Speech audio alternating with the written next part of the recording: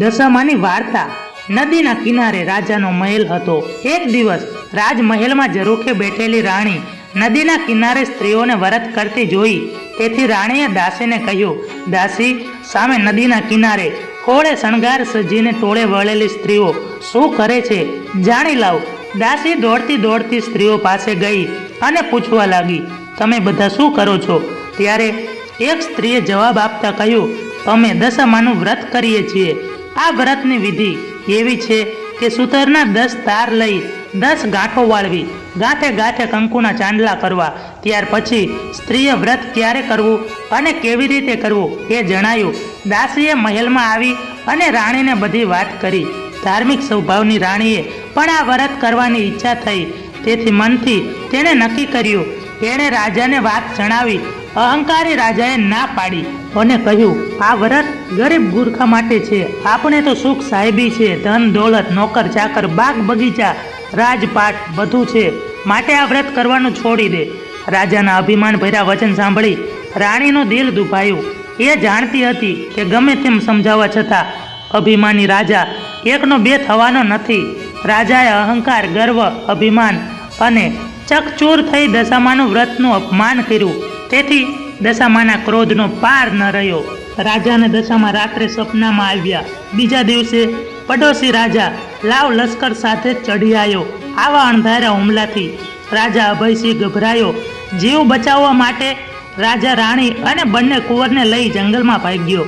રાણી અનંગસેના આ મનમાં સમજે છે કે પોતાના પતિએ કરેલ દશામાના વ્રતના અપમાનથી આ દશા પ્રાપ્ત થઈ છે।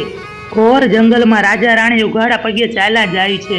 પગમાં કાંટા કાંકરા ભોંકાય છે। દુઃખ અને થાકનો પાર રહ્યો નથી। કુંવરો તરસા થયા એટલે એવામાં એક વાવ આવી। રાજા પાણી લેવા માટે વાવમાં ઉતર્યો તો દશામાએ અદૃશ્ય થઈ અને બંને કુંવરને ખેંચી લીધા। કુંવરોને અદૃશ્ય થઈને ગયેલા રાજા રાણી વિલાપ કરવા લાગ્યા। રાજા મનમાં સમજી ગયો કે નક્કી આ દશામાનો કોપ છે। એ રાણીને આશ્વાસન આપતા સમજાવે છે, જેણે આપ્યા હતા એને લઈ લીધા, હવે એ જ આપશે।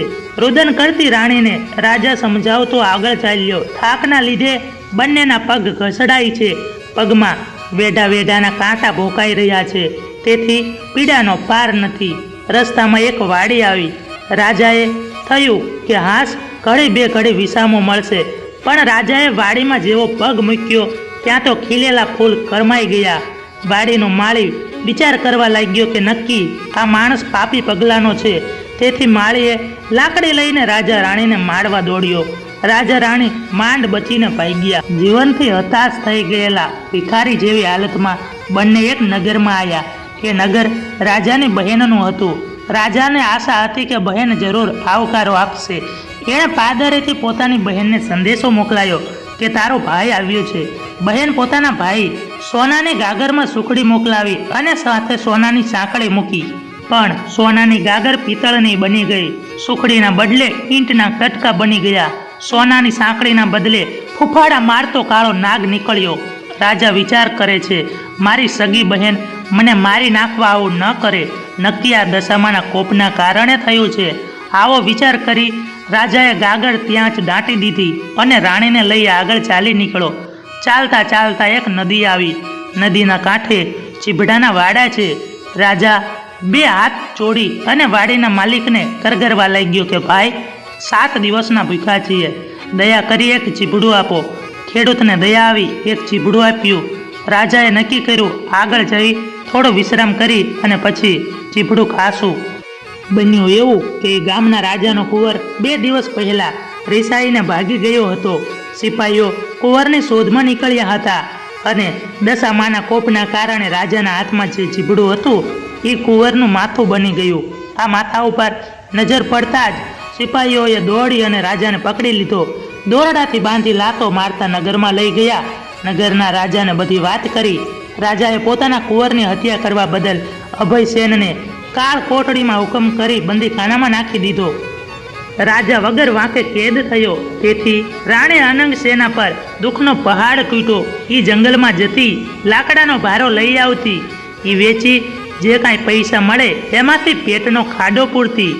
આમ દિવસો પસાર થવા લાગ્યા। અષાઢ મહિનો આવ્યો। અનંગસેના રાણીએ અષાઢી અમાસે એટલે કે દિવાસાના દિવસે દશામાનું વ્રત કર્યું.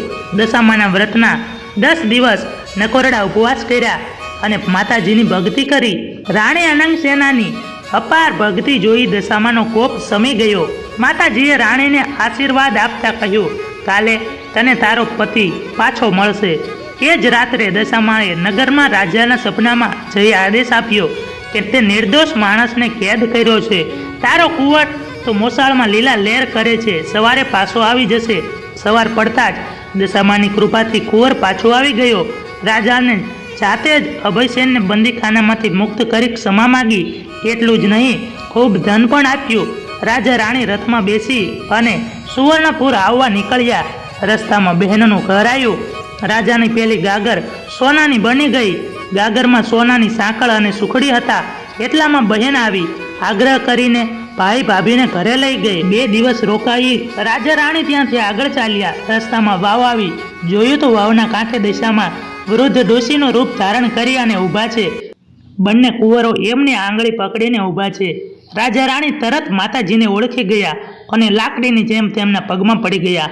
દશામાએ અસલ સ્વરૂપમાં આવી દર્શન આપતા કહ્યું, હે રાજા, તે અભિમાન આણી અને મારા વ્રતનું અપમાન કર્યું હતું, તેથી તારા પર હું કોપાઈ માન થઈ હતી. પણ હવે તારા પર ગર્વટ ટળી ગયો છે. વળી તારી રાણીએ ભાવથી મારું વ્રત કર્યું, તેથી હું તારા પર પ્રસન્ન થઈ છું. તારું રાજ તને પાછું મળી જશે.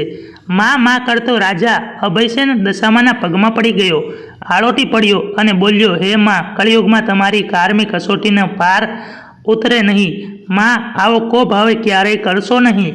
દશામાં મીઠું મધુર હાસ્ય વેરતા બોલ્યા, તારી વાત કબૂલ કરું છું. કળિયુગમાં જે કોઈ મારી કથા સાંભળશે કે સંભળાવશે તેની દશા સદા સારી રહેશે.